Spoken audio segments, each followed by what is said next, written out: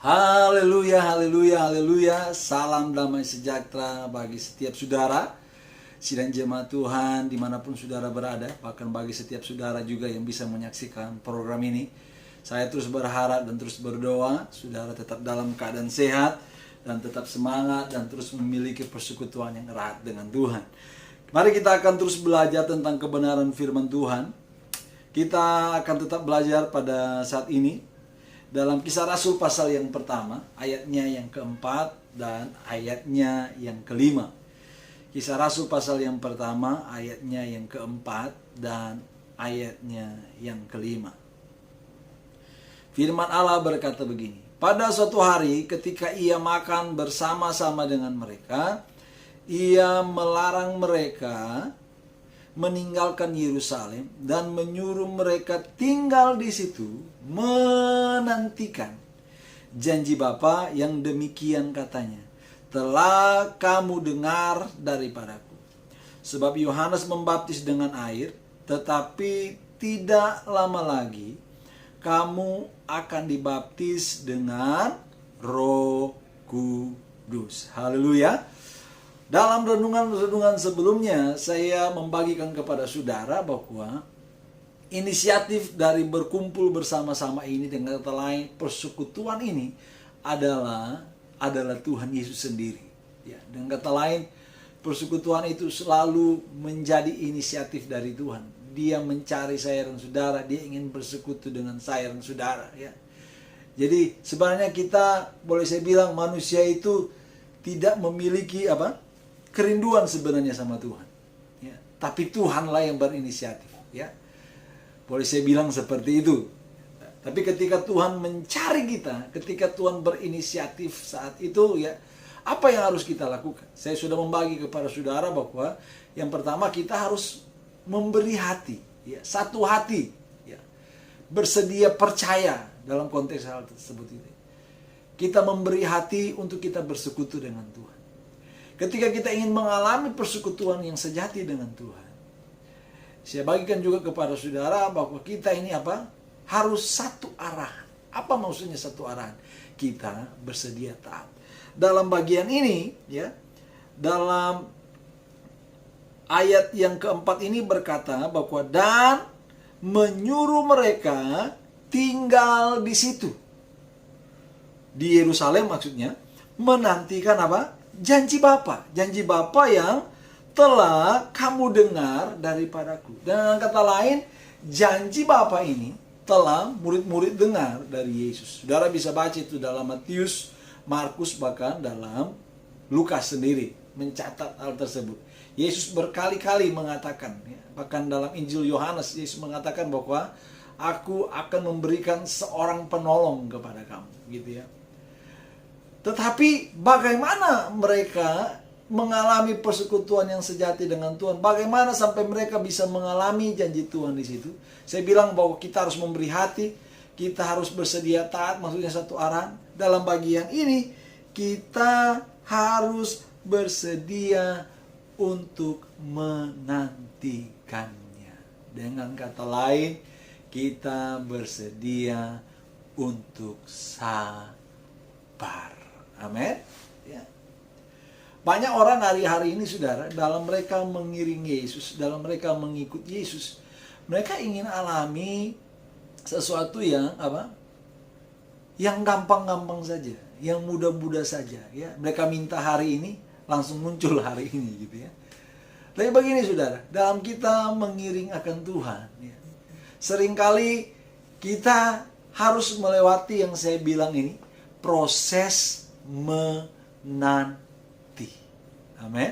Ya, proses menanti. Menanti ini butuh kesabaran, butuh waktu, gitu ya. Dan ini mungkin bagi saya dan saudara, ya, tidak mudah, saudara. Apalagi kalau kita yang biasanya pingin cepat-cepat, gitu ya. Tetapi ketika Yesus berkata menyuruh mereka tinggal di situ menantikan janji Bapa. Ya. Mereka harus belajar sabar. Ya. Mereka harus belajar dalam setiap proses itu untuk mereka belajar menantikan janji Bapa tergenapi. Saya seringkali bilang kepada saudara, seringkali ya, di dalam proses menanti itu ya, Tuhan seringkali tidak mengubah keadaan kita. Kenapa?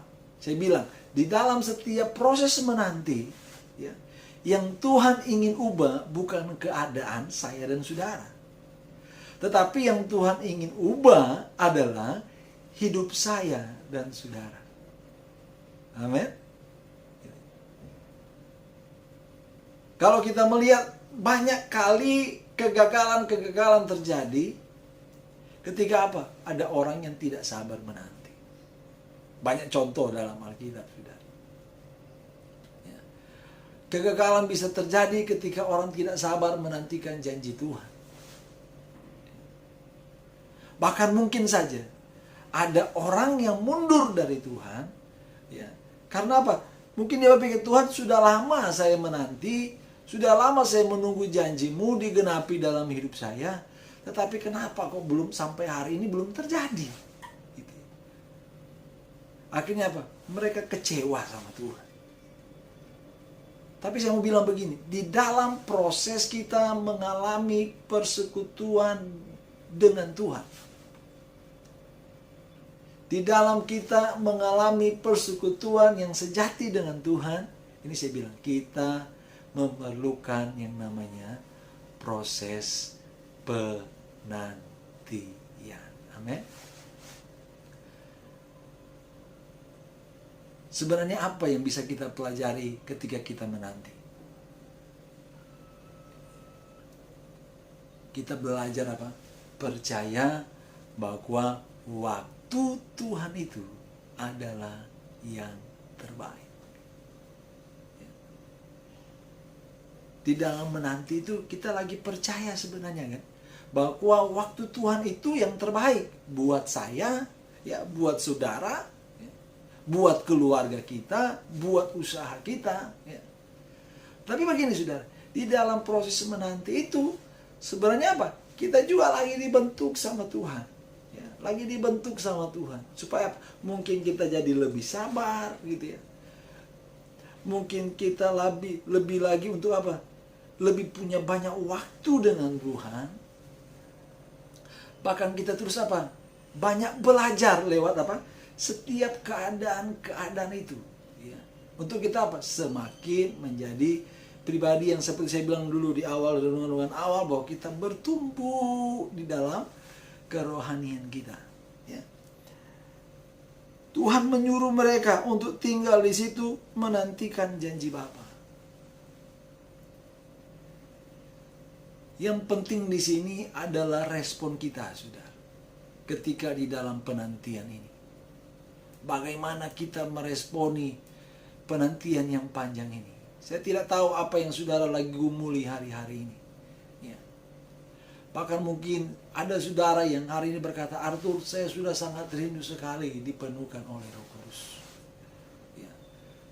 Kapan Tuhan penuhi saya dengan Roh Kudus? Menanti. Ya, kita terus menanti. Kita terus, Tuhan, aku menantikan gitu ya. Ku rindu Kau Tuhan. Ku rindu Kau. Kita nyatakan terus kerinduan kita sama Tuhan. Ya. Kita perlu Tuhan. Ya, kita perlu diisi terus oleh Tuhan. Tapi begini, saudara. Ketika kita menantikan janji Tuhan, ya, selain kita belajar sabar, kita belajar terus dibentuk oleh Tuhan. Ya. Ini saya bilang, kita lagi belajar apa? Sebenarnya memberikan hidup kita kepada kedaulatan Tuhan. Amin. Ya. Karena apa? Tuhan yang berdaulat atas setiap hidup saya dan saudara. Kalau hari-hari ini saudara mungkin sudah mulai, aduh kapan Tuhan tolong saya, kapan Tuhan nyatakan janjinya dalam hidup saya. Ya. Terus menanti, saudara. Terus menanti. Karena apa? Orang orang yang menanti-nantikan Tuhan. Ya. Firman Allah bilang dalam Yesaya, mereka akan mendapat kekuatan yang baru. Ya. Mungkin saudara hari ini bisa bilang, kok saya sudah lama menanti, tapi kok saya masih bisa tetap menanti? Ini saya bilang, karena apa? Saudara diberikan terus kekuatan yang baru oleh Tuhan. Bahkan firman Allah berkata bahwa kasih setia Tuhan itu apa? Selalu baru. Ya. Dan kata lain, kekuatan kita pun yang kita terima di dalam penantian itu, kekuatan yang baru. Intinya begini, saudara. Intinya begini. Ketika kita menantikan Tuhan, ya, tanpa kita sadari, kita lagi menerima kekuatan yang baru. Ya. Dan kata lain, bahwa kekuatan yang baru ini, yang sebenarnya kita lagi perlukan hari-hari ini, di dalam kita apa? Mengalami persekutuan yang sejati dengan Tuhan. Puji Tuhan, biarlah firman Allah ini boleh menjadi kekuatan bagi setiap kita. Terus semangat, tetap terus bersuka cita, tetap terus berharap kepada Tuhan, dan tetap andalkan Tuhan di dalam segala keadaan. Ya, terus memberikan hati saudara, terus tetap mengikuti satu arahan, bahkan tetap terus sabar dengan janji Tuhan. Tuhan Yesus memberkati setiap saudara. Haleluya. Amin. Yesus Kristus Juru Selamat, penebus kita, penolong yang ajaib dan juga penyembuh. Ibrani 13 ayat 8 berkata bahwa Tuhan Yesus Kristus tidak berubah dulu, kemarin, hari ini, dan selamanya. Kasih dan kuasanya tetap sama. Bahkan saat ini, waktu saudara menyembah Tuhan, rasakan kasihnya, kuasanya. Dia akan memulihkan, Dia pasti menyembuhkan, Dia pasti mengulurkan tangannya untuk menjamah hidup kita semuanya. Dia jamah segenap hidupku dan beri damai di hatiku. Semua telah berubah dan aku tahu Yesus jamah ku jadi baru. Dia jamah segenap hidupku dan beri damai di hatiku.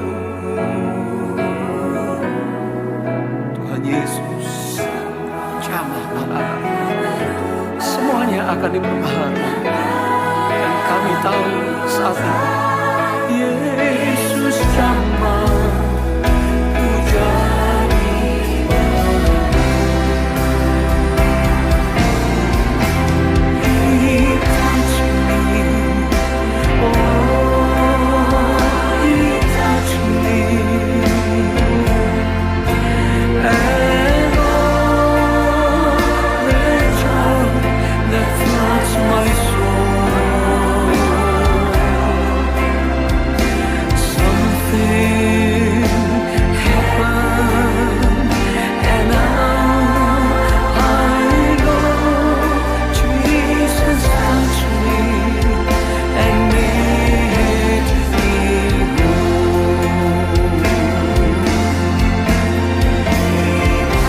Kekasih Tuhan, saat ini bukalah hati saudara, terimalah uluran tangannya. Dia mengasihi saudara, dia ingin memulihkan, dia ingin menyembuhkan, dia ingin memperbaiki keadaan, dia ingin membangkitkan saudara. Something happened, and now I know Jesus touched me and made me whole.